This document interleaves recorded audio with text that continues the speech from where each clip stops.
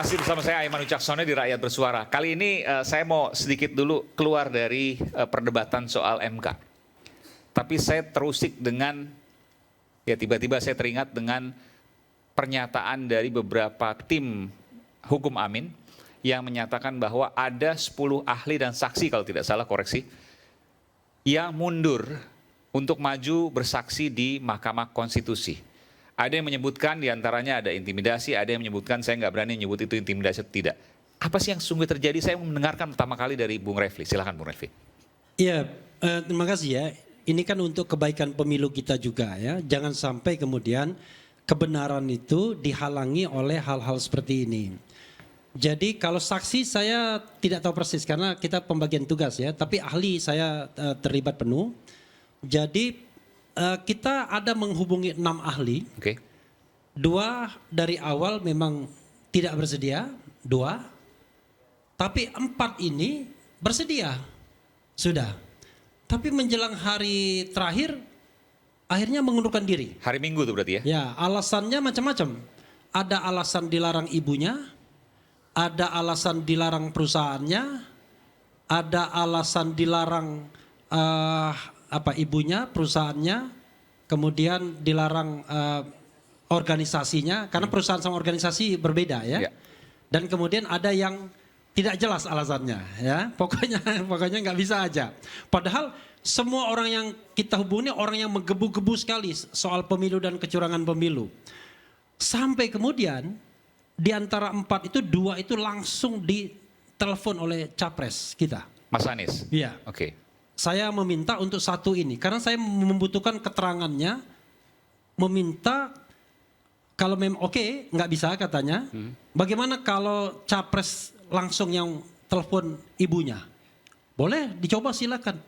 Tetap kekeh. Apa kata ibunya? Nggak mau. Jadi ya saya nggak etis dong menyebutkan alasannya. Tetap nggak boleh. Tetap nggak bisa. Indikasinya ketakutan atau apa? Kita kan nggak bisa ekspresinya untuk apakah dia gigi. Dari jawaban kan bisa dibaca. Jadi, dia alasannya personal, selalu jantungan. Kalau anaknya membuat statement-statement yang keras gitu-gitu. Kita bilang ini enggak, ini kan cuma untuk di keahliannya aja, nggak perlu ngotor-ngotor, kan cukup menyampaikan keahliannya. Tetap nggak bisa. Karena dia merasa bahwa personally dia kalau selalu ada yang begitu-begitu dia deg-degan gitu. Tapi di sisi lain ada kata-kata yang mengatakan dia tidak enak gitu. Tidak enak? Ya oke lah, tapi saya nggak bisa spesifik ya. Tidak enak pada siapa nggak disebutkan?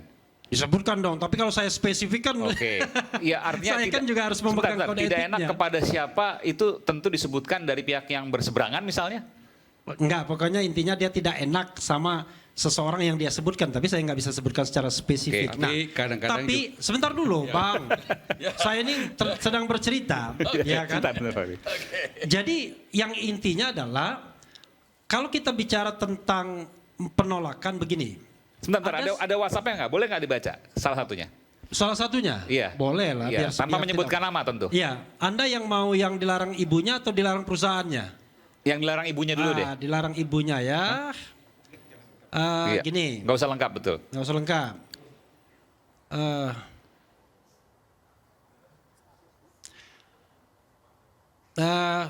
Saya agak edit sedikit ya. Maaf sekali, ada perkembangan baru. Saya tidak bisa jadi ahli di MK.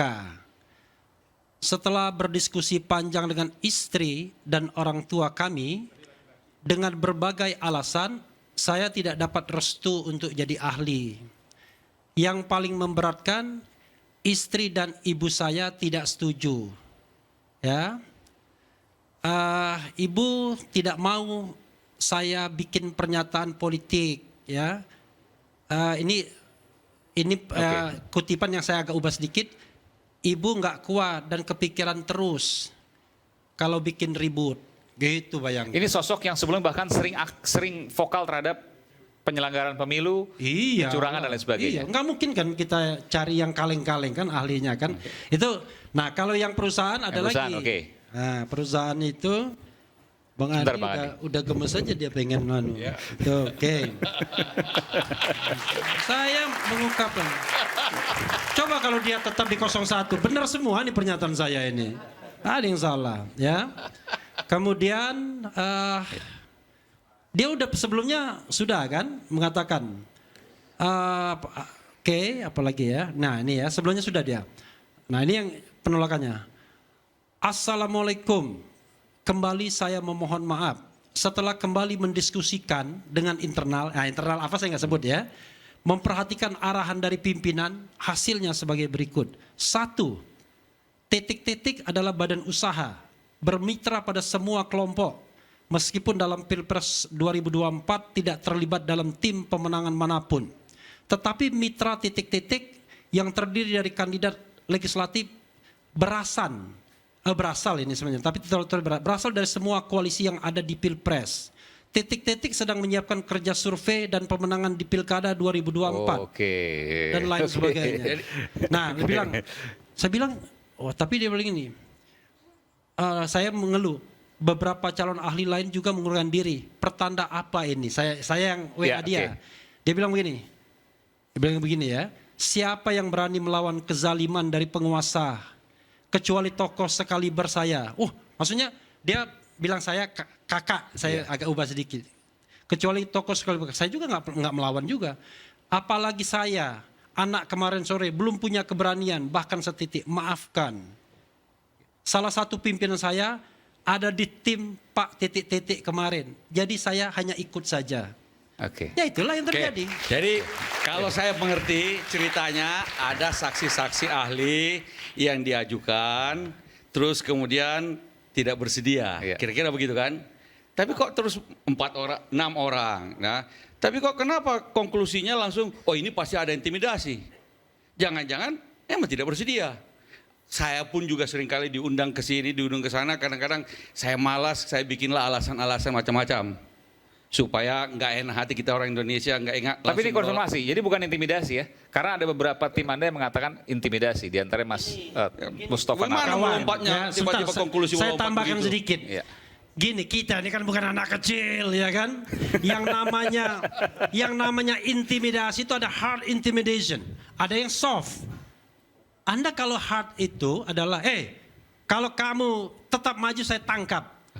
Itu kan kepada anak kecil yang bisa ditakut-takuti. Tapi kalau dia tokoh besar, nggak begitu caranya, ya kan? Senyumin aja. Sebentar dulu, bukan begitu caranya. Melipir ke keluarganya, ya kan? Atau ke eksistensinya, atau ke kerjaan. Udahlah, banyak orang yang justru mundur ketika bukan karena hard intimidation tapi soft intimidation. Udah paham lah yang begitu-gitu. Artinya dia tidak yakin dia tidak yakin sendiri dengan apa nilai perjuangannya kalau dia punya sesuatu pendapat yang sangat kuat. Saya juga sering begitu. Saya bilang istri istri saya ini saya udah baca itu hadis Nabi ya. Udah lama saya nggak pernah ketemu sama istri ini. Dia larang ada istri 3 perkara yang didahulukan. 1, sholat tepat waktu, itu yang saya baca, mudah-mudahan tidak salah. Kedua, patuh pada orang tua. Ketiga, baru jihad fisabilillah. Saya kan mau membantah, ini kan jihad. Ternyata patuh pada orang tua lebih tinggi daripada jihad fisabilillah. Udah diam aja saya. Kalau nggak dapat izin ibunya gimana? Ini semua spekulasi tentang kenapa seseorang bersaksi dan semua ada yang tidak mau bersaksi. Yang tidak mau bersaksi ya sudah, memang pendapatnya tidak relevan. Nggak relevan gimana bang? Sangat relevan. Kita membutuhkan. Dia tidak mau bersaksi kok. Ini ujung tombak. Ya tadi saya katakan, kalau ibu abang bilang nggak bisa, ibu jantungan, ibu deg-degan, siapa yang berani maju? Jangan-jangan memang ibunya deg-degan. Saya strata kedua, saya bilang strata kedua. Kenapa? Jihad fisabilillah itu strata ketiga. Kalau jihad fisabilillah itu strata pertama, saya tuntut dia. Saya mau naik motor ke Jogja. Istri saya macam-macam aja kalau saya. Kalau istri itu nggak masuk tadi. Makanya. Yang masuk itu patuh pada orang tua. Ibu pun juga begitu. Tapi bagi saya itu alasan-alasan yang bisa saja benar, bisa saja dibuat-buat. Tidak bisa kita mengambil konklusi langsung bahwa itu ada intimidasi. Dan itu orang yang kredibel. Oke, baik, kita kembali lagi saat lagi di Rakyat Bersuara untuk sesi terakhir.